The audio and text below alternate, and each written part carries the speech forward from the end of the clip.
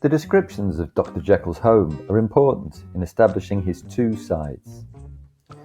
Two doors from one corner on the left hand going east, the line was broken by the entry of a court, and just at that point a certain sinister block of building thrust forward its gable on the street.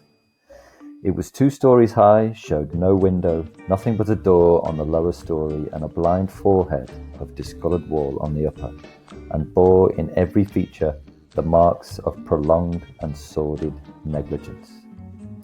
The door, which was equipped with neither bell nor knocker, was blistered and distained. Tramps slouched into the recess and struck matches on the panels. Children kept shop up on the steps.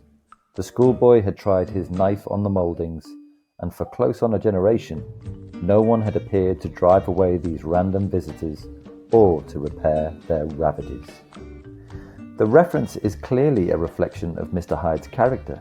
The references to no window and neither bell no longer reflect his secretive nature. Prolonged and sordid negligence is a metaphor for what happens when we attempt to repress or neglect our bad sides.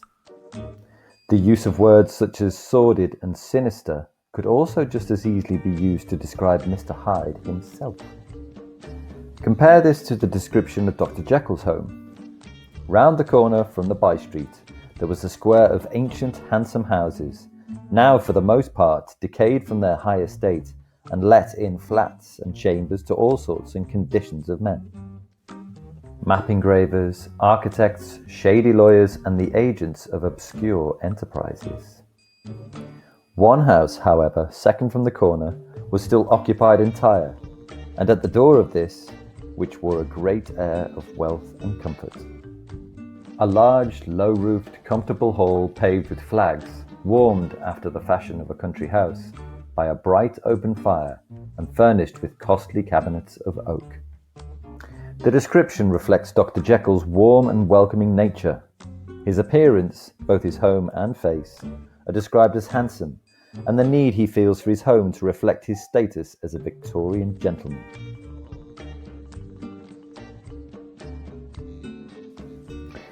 Is the way we present ourselves important?